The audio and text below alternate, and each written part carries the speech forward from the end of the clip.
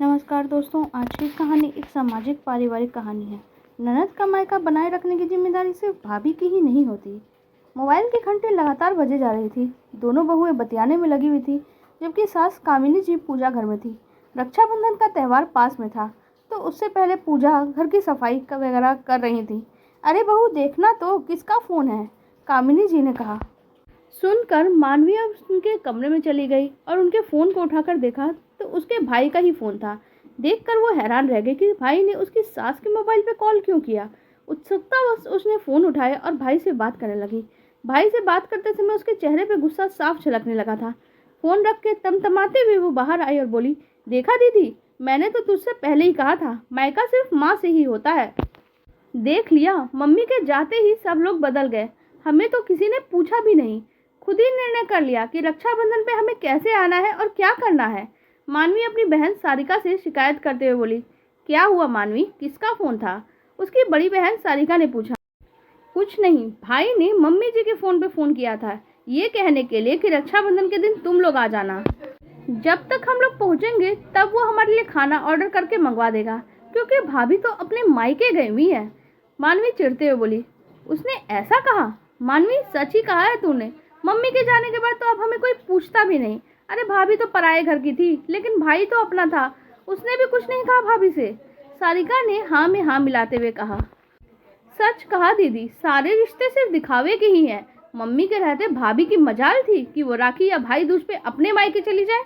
ननंदों के स्वागत के लिए घर पे ही रहती थी, लेकिन इस बार देखो भाई ने क्या जवाब दिया है। मानवी तिलमिलाते हुए बोली। अरे छोड़ो ना, अब हमें क्या है, आधे एक घंटे के लिए जाना है, जाकर राखी बांध कर वापस आ जाएंगे, सारिका ने कहा।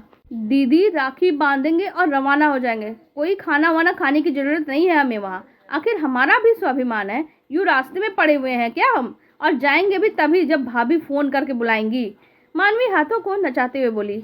दोनों बैठकर अभी बातें ही कर रही थी कि ये बातें पूजा करती हुई सास कामिनी जी के कानों में भी पड़ रही थी। आखिर सारिका और मानवी दोनों सगी बहनें एक ही घर में देवरानी और जेठानी हैं।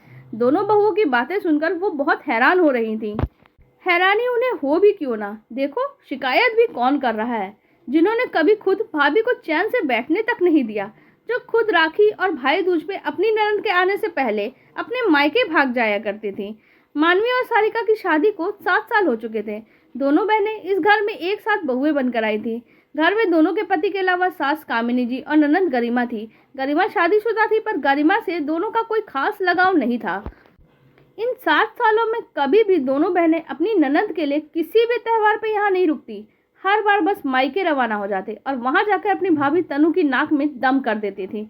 दोनों को अपनी मम्मी की पूरी शाह मिली हुई थी। मजाल थी कि उनकी बहू किसी त्यौहार पे अपने मायके चली जाए। तनु थी तो सीधी सादी और मन ही मन वो कुड़ते रहती थी, लेकिन अपने हक के लिए कुछ ज़्यादा नहीं बोल पाती थी। हर त्यौहार पे तनु का भाई उससे मिलने के लिए आता था, पर वो ज़्यादा देर नहीं रुकता था, क्योंकि जब तक वो वहाँ रहता था तब तक सारिका, मानवी और उसकी मम्मी कुछ ना कुछ टांट कसते रहती थी उस पर अपनी बहन के लिए वो सब कुछ बर्दाश्त करता रहता था। अभी 2 साल पहले बात तब ज़्यादा बिगड़ गई। दरअसल हुआ यूँ कि तनु के भाई अमित की नई नई शादी हुई थी। अपने पति के आश्वासन पे तनु ने अपने भाई को आने से मना कर दिया, और यह कहकर कि इस बार वो खुद अपने पति के साथ मायके आएगी। पर रक्षाबंधन पे तनु के पति ने पूछा तो उसकी सास ने बाद में देखते हैं कहकर बात को टाल दिया। तब मानवी और सारिका भी वहीं मौजूद थे। उसके पति ने भी यही सोचा, शायद दोनों बहनें पहले राखी बांध दें, खाने पीने से फ्री हो जाए, उसके बाद हम रवाना हो जाएंगे, इसलिए मम्मी ने ऐसा कहा होगा। लेकिन इन सब से फ्री होने के बाद भी उन्होंने जाने के लिए कुछ नहीं कहा। तब तनु के पति ने दोबारा पूछा, तब सास सुनकर बिगड़ना शुरू कर देती हैं। यहाँ तुम्हारी दोनों नंदे अपने ससुराल से मायके त्योहार मनाने के लिए आई है और इसे लग रहा है मायके चली जाए। बहू है, इसे घर पे ही होना चाहिए। पर तनु हिम्मत करती है और सास से मायके जाने की बात खुद करती है। मम्मी जी, मैंने अपने भाई को यहाँ आने से इना किया है और भाई की अभी भी शादी हुई है। मेरी भाभी भी मेरा इंतज़ार कर रही हैं। तो हम क्या करें? कह दिया ना तू कहीं नहीं जाएगी, सास ने कहा।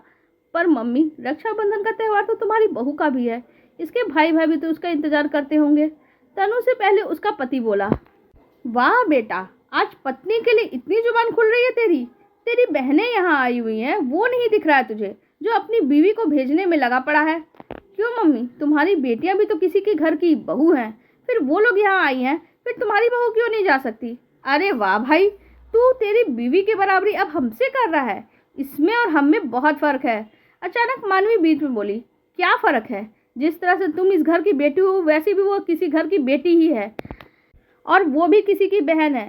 भाई ने जवाब देते हुए कहा, आज चाहे जो कुछ भी हो जाए, बहू इस घर से बाहर तो नहीं जाएगी। मैं भी देखती हूँ वो इस घर के बाहर कदम कैसे रखती है। इसने घर के बाहर कदम रखा तो तुम्हारा और मेरा रिश्ता खत्म।